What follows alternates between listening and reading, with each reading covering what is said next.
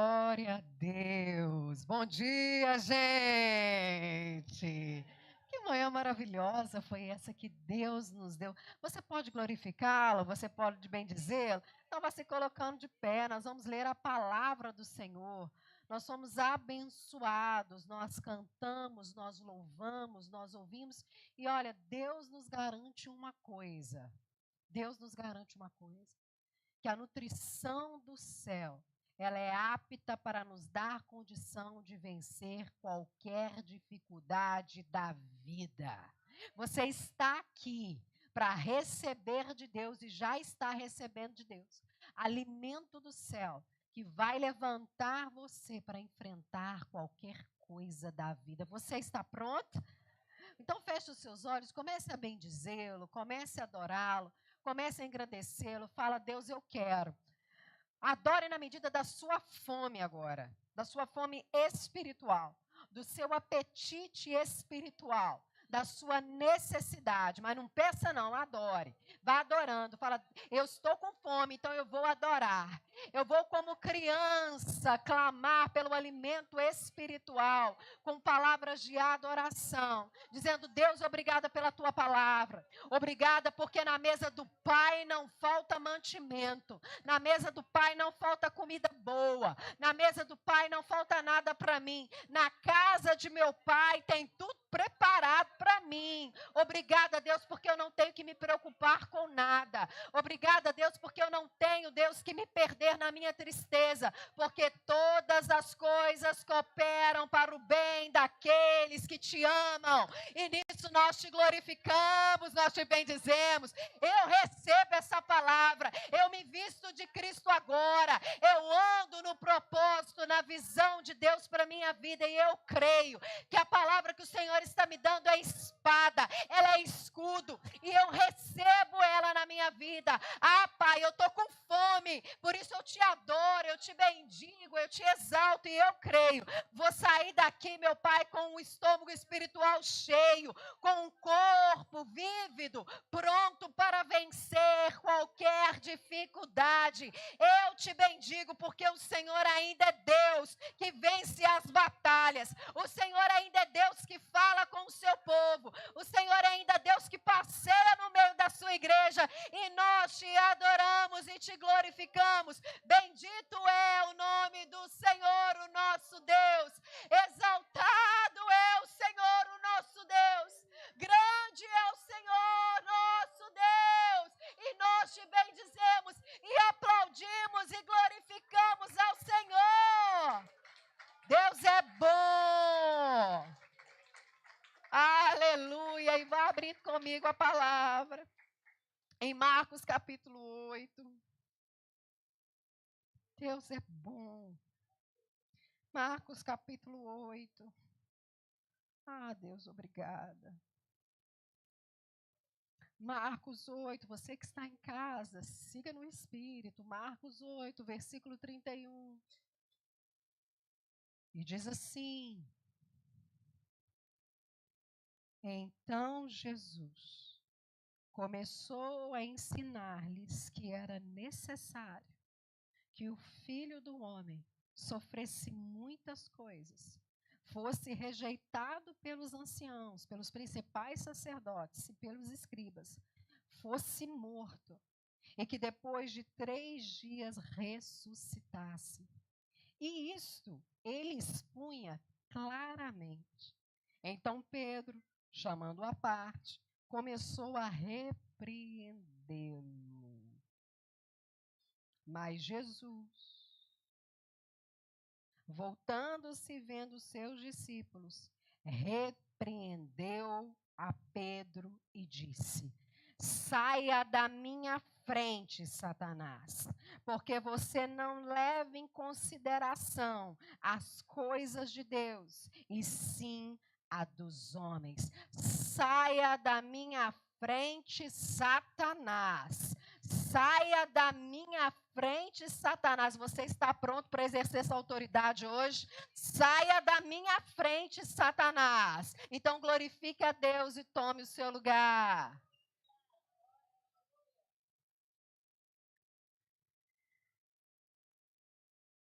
Eu acredito que aqui todo mundo já passou por uma situação muito frustrante.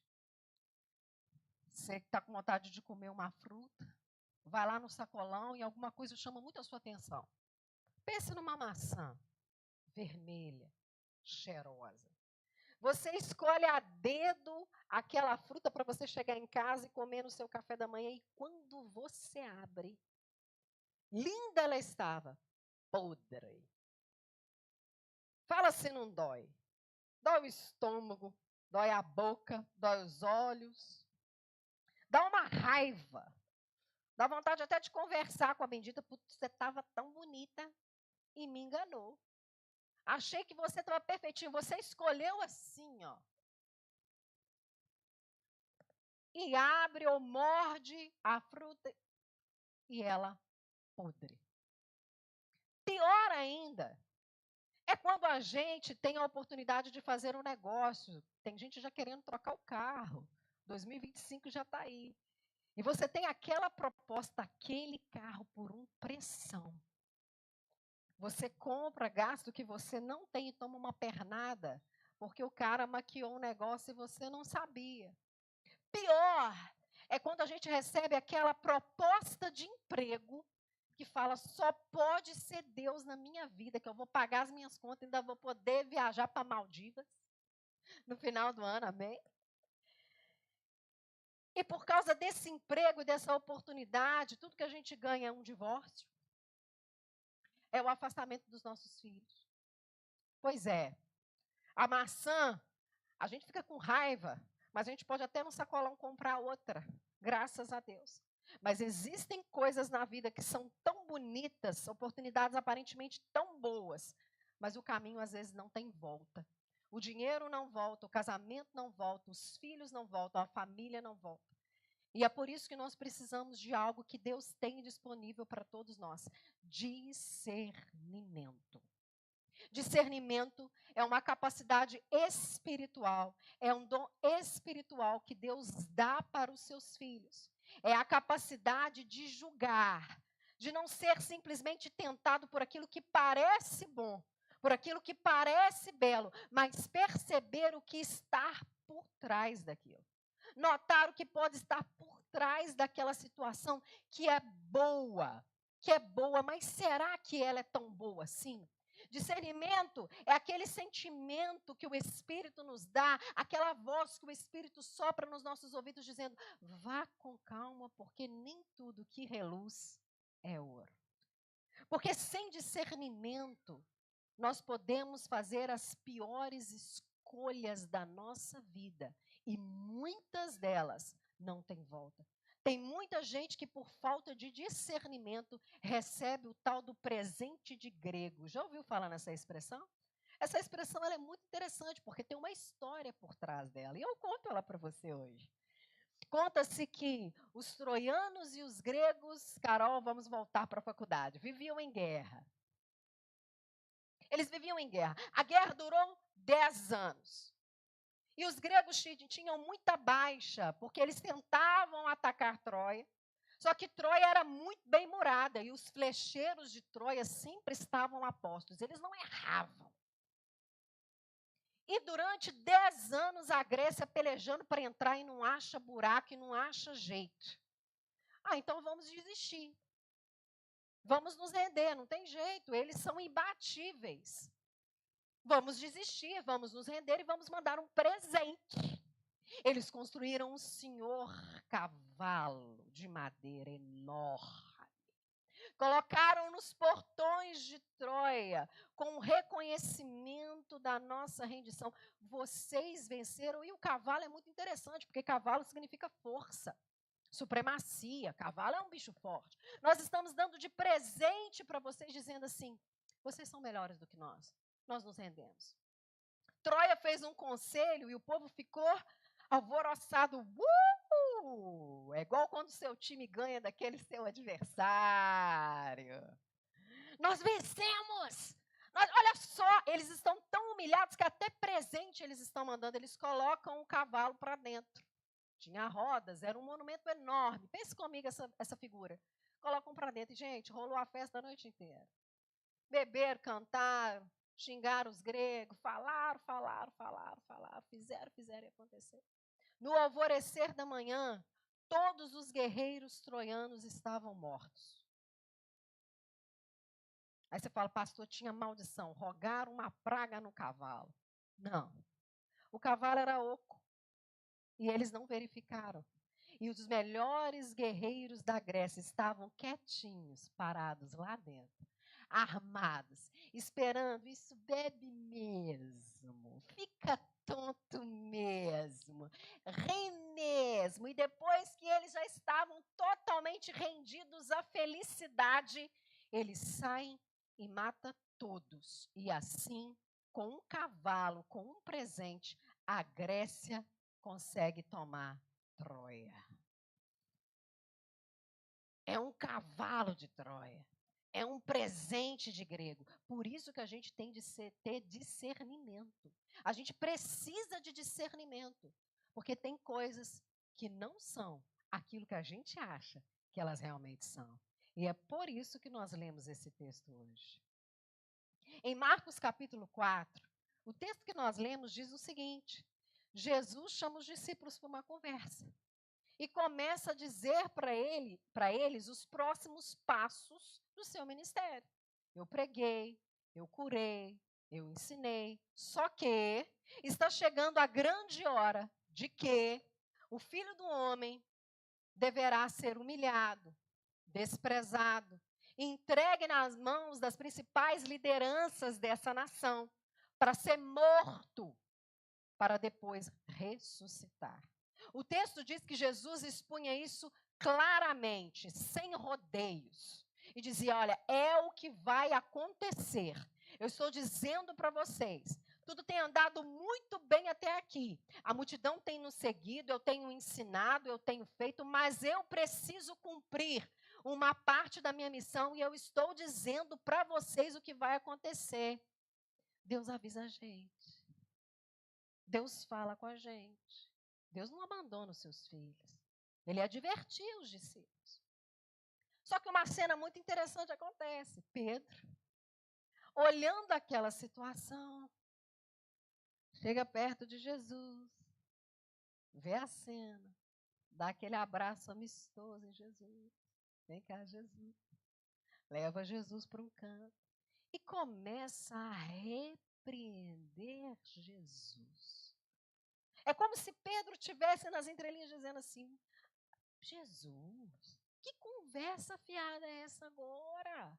Está dando tudo certo, olha só, o povo gosta da gente, o povo está seguindo a gente, o seu ministério está em ascensão e glória, é daqui para o trono, é daqui para um lugar melhor. Que conversa é essa de morrer? Que conversa é essa de ser entregue nas mãos das lideranças? O povo não simpatiza com eles, a glória agora é nossa. Pedro chega perto de Jesus e tenta corrigir Jesus, realinhar Jesus, recolocar Jesus, porque Pedro tinha as suas perspectivas próprias do que seria o Messias, e ele tenta convencer Jesus disso. Mas o texto diz que Jesus olhou para aquela situação, olhou para Pedro e disse assim, saia da minha frente, Satanás. Saia da minha frente, Satanás, porque você não considera as coisas de Deus, mas as coisas do homem. Veja bem, Pedro amava Jesus. Aos olhos humanos, a proposta de Pedro era melhor para Jesus. Só que Jesus teve discernimento de perceber o que Pedro estava fazendo naquele momento. E como Jesus consegue fazer isso? Como Jesus sendo 100% humano, e eu quero que você lembre disso, Jesus está cheio do Espírito, mas 100% uma condição humana igual a mim e com você, teve essa clareza, essa revelação de ver o que estava por trás daquilo que Pedro estava falando. A primeira coisa que o texto diz para nós é que quando Pedro abraça Jesus, traz Jesus para um canto e começa a fazer uma proposta melhor para Jesus, Jesus faz um movimento.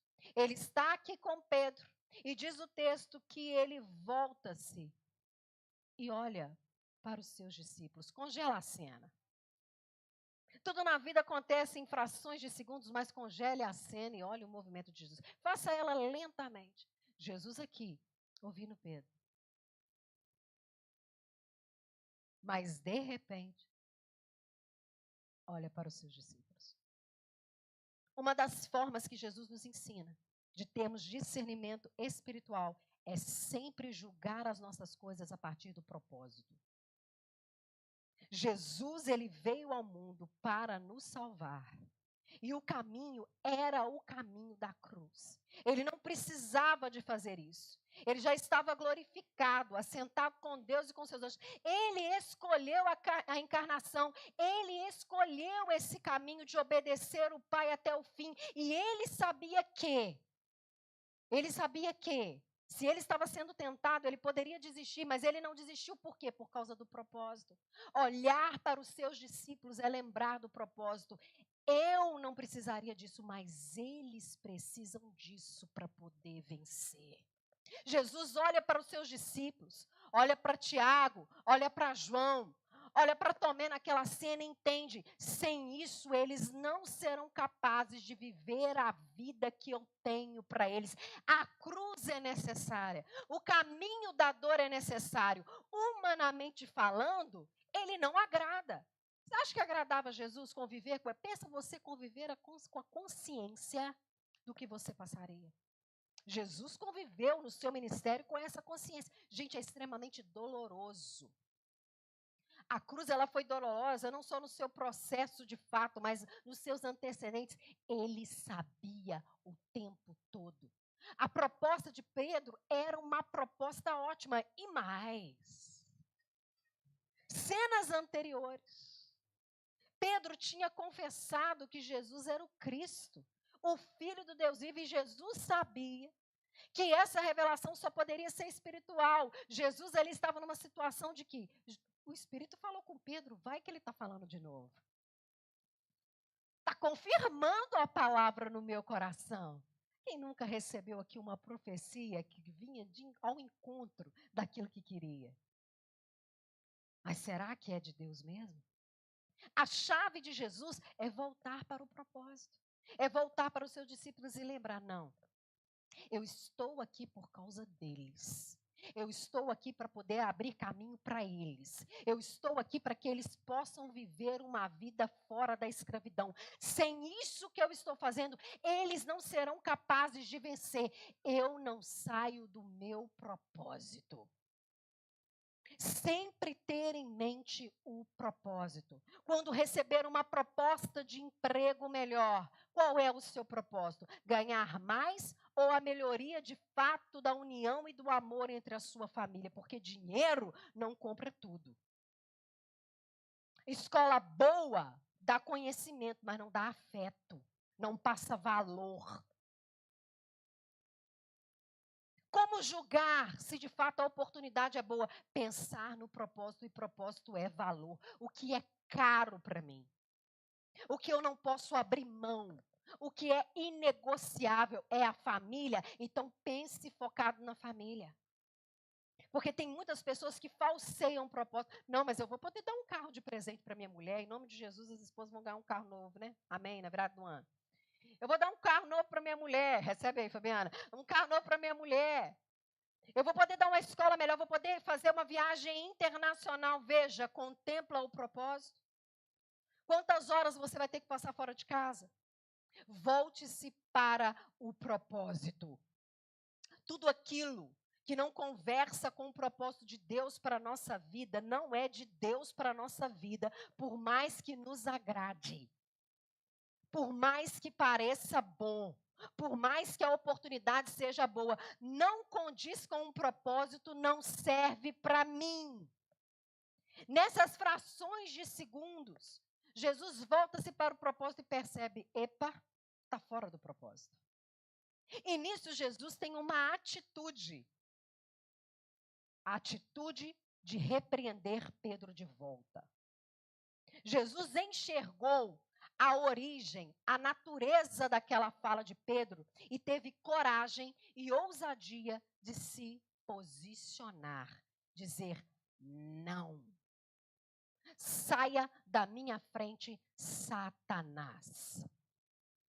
Diferente de diabo, Satanás tem mais uma perspectiva de sedução. A palavra diabo tem mais uma perspectiva de enfrentamento. Ou seja, Jesus está vendo nas palavras de Pedro algo que está tentando ele. Você está sendo sedutor. É como uma serpente. Está sendo ali liso no popular.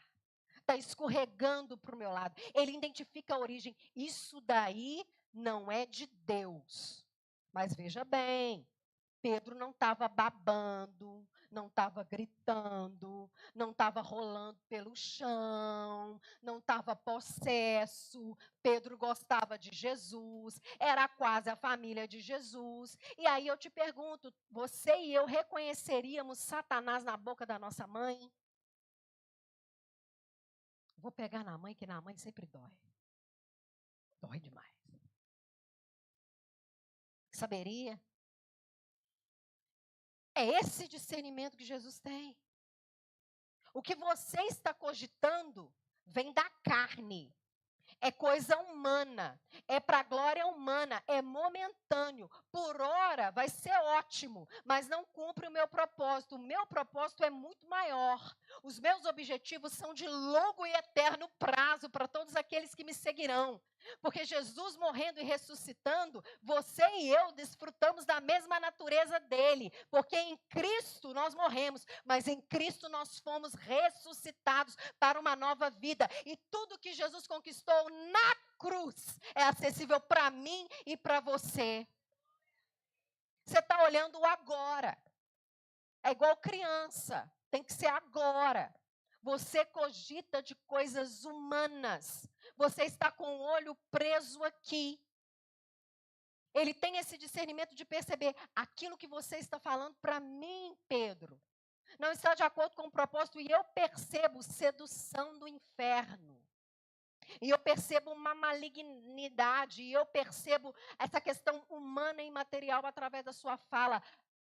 Sai da minha frente.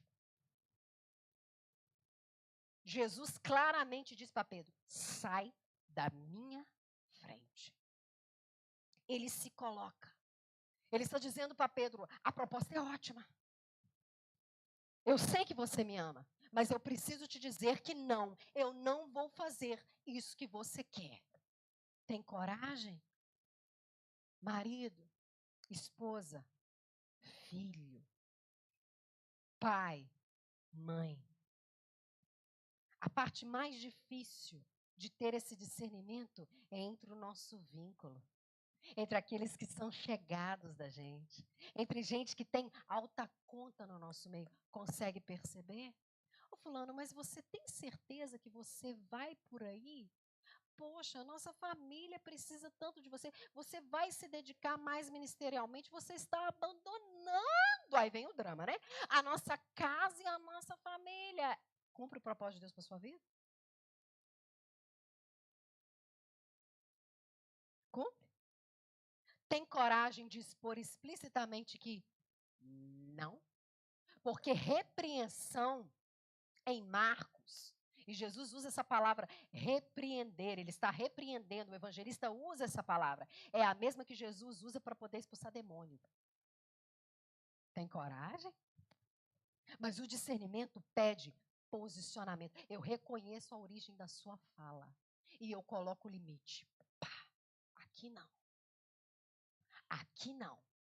Eu não vou deixar de fazer o que eu tenho que fazer. Só porque você acha que é melhor. Muito obrigada. Muito obrigada. Mas não é propósito de Deus para a nossa vida. Não é propósito de Deus para a nossa vida. Nisso, Jesus usa um termo muito interessante. Saia da minha frente. O que Jesus está dizendo para Pedro é: volta para o seu lugar. Volta para o caminho do discípulo. O discípulo é aquele que segue o seu mestre. Não é aquele que fica na frente do mestre dizendo para ele o que ele tem que fazer. O que Jesus está nos mostrando é que o caminho do discernimento é o caminho do discipulado. É o caminho de olhar para Jesus como objeto da nossa fé, como autor da nossa fé, mas também como modelo da nossa fé. O que Jesus me ensina sobre a vida, eu preciso aprender e eu preciso me colocar no lugar de discípulo.